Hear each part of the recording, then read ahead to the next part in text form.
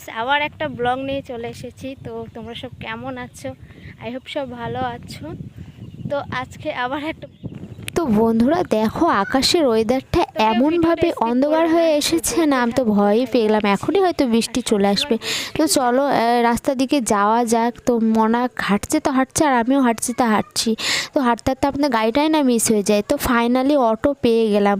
বাহ, যে ভয়টা পাচ্ছিলাম সেটাই দূর হলো। ফাইনালি অটোটা পেয়ে গেলাম। আমি ভেবেছি হয়তো যাবো তো যাবো, এখনই প্রায় 11টা বেজে গেল, কখন আমি যাব। তো আকাশ এমনভাবে ওয়েদারটা হয়ে আছে, গুমসো গরম, এতটাই গরম লাগছে, ভালো লাগছে না। তো বকতে বকতে তোমাদের সাথে চলে আসলাম ওই যে দিদিদের বাড়িতে। তো এসে দেখছি ও তো গরমে হাঁসফাঁস করছে, বলছে আমি তো থাকতেই পারছি না মাসি, খুবই গরম লাগছে। তো আমি বললাম আমি তোর জন্য দইটা এনেছি, তুই দইটা খেয়ে নে। তো ও কি বলছে একটু শোনো তোমরা। এখানে বেঁধে নি তো এর জন্য আসা, আমি আসতে চাচ্ছিলাম না। তো বল কিছু। তো আমি জোর করেছিলাম যে মাসি আসো, কালকে রাতে ফোন করেছিলাম। ও ও একটা আবদার করেছে আমাকে, ওটা খাওয়াতে এখানে এসেছি, তো ওটার ভিডিও দেখাবো। আমার খুব মোমো খেতে ইচ্ছা করছিল, মাসির অনেকদিন বলেছিলাম যে মোমো খাওয়াতে, ও চলে গিয়েছিল। তো মা ও আমার হাতে মোমো খাবে বলে তাই আসা। তো চলো। তো যেই বলা সেই শুরু, মাসির কাছে আবদার করেছে, মাসি না খাইয়ে থাকতেই পারে না। হ্যাঁ, আমি কিন্তু পারতাম দোকান থেকে কিনে খাওয়াতে, কেননা আমি জানি ও এখন প্রেগনেন্টি অবস্থায় দোকান থেকে খাওয়ানোটা না খাওয়ানোই উচিত। আমাকে তো বাসিটাও গরম করে দিতে পারে দোকানদারওয়ালা না। তো তার জন্য আমি নিজের হাতে বানিয়ে খাওয়াবো। তো আমি এখানে ওকে দিয়ে আটাটা মাখিয়ে নিলাম, ময়দা ডোটা করে নিলাম। এখানে ক্যাপসিকাম আর পেঁয়াজ আর রসুনটা আমি ভেজে নিচ্ছি। তো তারপরে এইটা গোল্ডেন কালার হয়ে গেলে তা আমি বাকি মশলাটা দিয়ে দেবো। তো আমি এখানে পেঁয়াজ রসুন আদা হালকা হালকা করে মানে থেতো করে নিয়েছি, পিষে নিইনি বেশি মিহি করে পিষে নিলে কেননা মাংসর ডোটা মাখো মাখো হয়ে যাবে, ছাড়া ছাড়া থাকবে না, এর জন্য।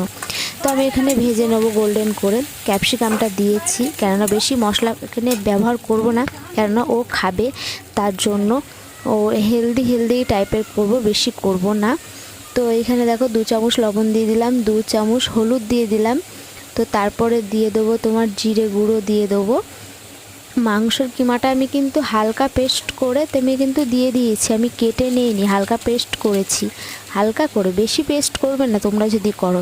তো এখানে লঙ্কার গুঁড়োটাও দিয়ে দেবো পরিমাণ মতন, কেননা ও খেতে পারবে না এই অবস্থায়, বেশি আমি ঝাল দেবো না। একই গরম পড়েছে, আমি এখানে কাঁচা ঝাল যতই ব্যবহার করছি না, এর জন্য আমি হালকা করে গুঁড়ো লঙ্কা দিয়ে দিলাম। তো তারপরে এটা হোক ততক্ষণে আমরা চলো।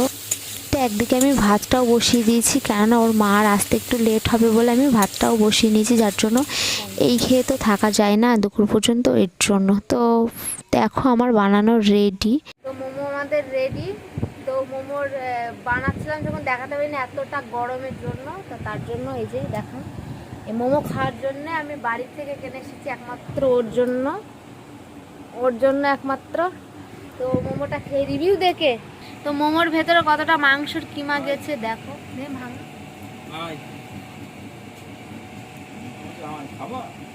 এই যে দেখো কি পরিমাণে মাংসর কিমা গেছে।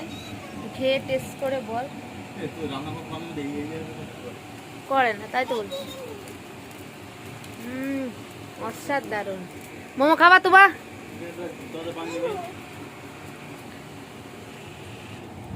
তো আমি একটা টেস্ট করে দেখি কেমন।